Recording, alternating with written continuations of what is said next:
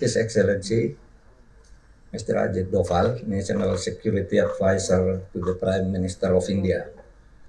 Her Excellency Ina Krishnamurti, Indonesian Ambassador in New Delhi.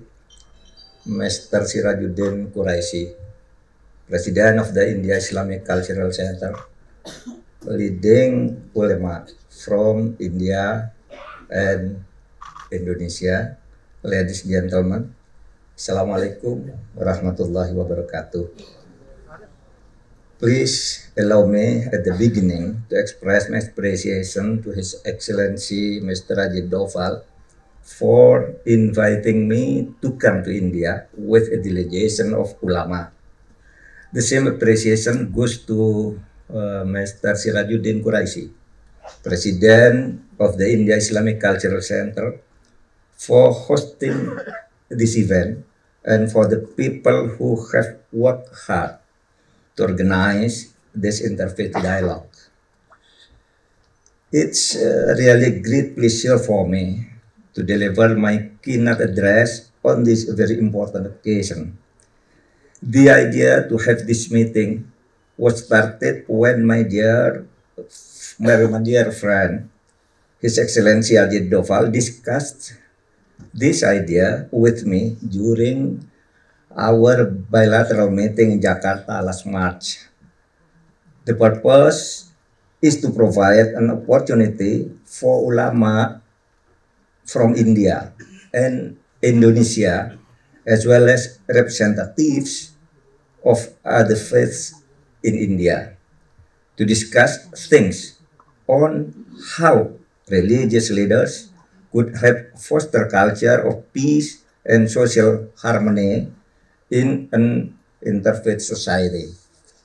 Ladies and gentlemen, I'm pleased that I come here with 5 leading ulama from Indonesia. They are representative of different Islamic organizations, namely Nahdlatul Ulama, Muhammadiyah, Wahdah Islamiyah, and the Indonesian Ulama Council, Majelis Ulama, Al-Majlis Al-Ulama Al-Indonesia. These organizations are just few of many Islamic organizations in Indonesia. They may represent different views, Islam, but they have a common commitment to uphold Islamic principles and at the same time safeguard the unity of Indonesia. They have been working for years through their books, articles, and preachings to promote tolerance, moderation, and peaceful coexistence. I have read their works and personally invited them to come with me to India today. They are Professor Maskuri Abdullah from Nahdlatul Ulama. Stand up, please. Pak. Ya.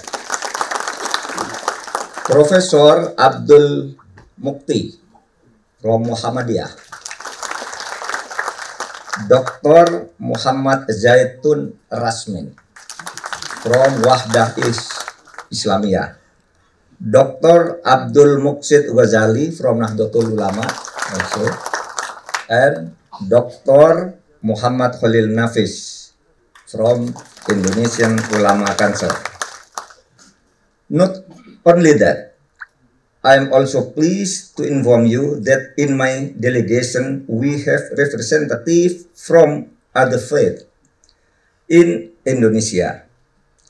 In Indonesia, together with the religious communities, the state also manages religious affairs. In the Ministry of Religious Affairs, officials from different faiths are appointed to oversee religious matters.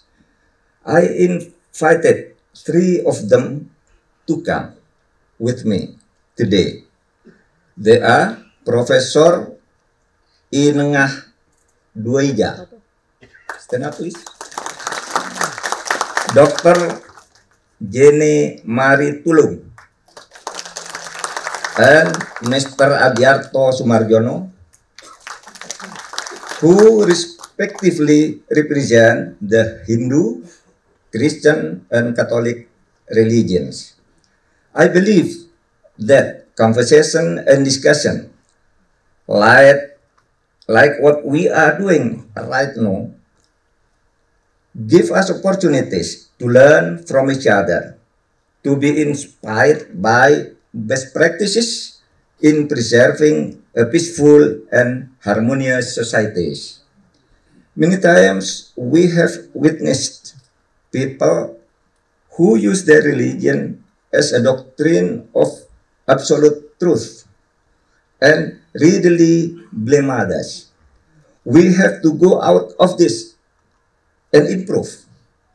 Religion, I think, should be a source of peace, not a reason for discord, conflict, or violence. Religion should be a unifying tool, not a divisive instrument. Our world is facing difficult challenges ranging from poverty, climate change, food insecurity, pandemic, corruption, unemployment, armed conflicts, income inequality, human rights abuses, to name but a few. Where are religions when the world fights against all these common concerns? Religion must be part of global solution to address those challenges. Ladies and gentlemen, let me tell you a little bit about my country, Indonesia. We have more than 17,500 islands with more than 275 million people, 714 tribes, also more than 1,100 local languages, and many religions and faiths. Freedom of religion and the believers are protected by the state of those many religions, six are mentioned in the national administrative laws. Indonesia is a pluralistic in many ways, but its people are bound by the state ideology Pancasila. Pancasila is the 5 basic principles of the state of the Republic of Indonesia, namely belief in God, humanity, unity, democracy, and social justice. As a very pluralistic nation, we have many differences and challenges are there. However, we have learned that a tolerant and democratic Indonesia allows the differences and diversity to strengthen the unity, not weaken it. Hence, there is our national motto, Bhinneka Tunggal Ika, which means unity in diversity. Ulama and leaders of other faiths have been playing their role and contributing immensely for fostering a culture of interfaith peace and social harmony in Indonesia. We live in peaceful coexistence that rejects intolerance and discrimination. In fact, the ulama and other religious leaders have been crucial parts of Indonesia's harmonious society since the beginning of Indonesia's history. From the time of the struggle to gain freedom from colonial powers until the current modern times. Now, Religious leaders are playing an important role in supporting government policies in development toward a better living condition and prosperity of the people. Ladies and gentlemen, as a nation like other nations, Indonesia faces many social challenges too. There is significant contribution of ulama and other religious leaders in solving social challenges faced by modern society of Indonesia. I would like to quote the words of President Joko Widodo in his speech during G20 Religion Forum or R20 held in Bali earlier this month. Religious leaders are the main actors who help Indonesia to become one united nation and support the success of various government programs in development. The significant role of religious leaders was also reflected in the success of Indonesia in controlling the COVID-19 pandemic. The religious leaders endorsed the government vaccination program, helped disseminate the correct information, and fought the misunderstanding and misinformation about COVID-19.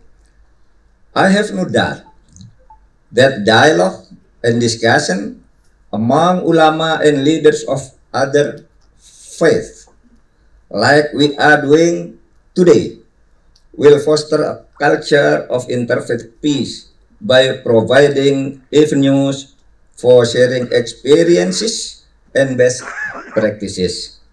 Harmonious society without prejudice, intolerance, and discrimination will make our world a better place.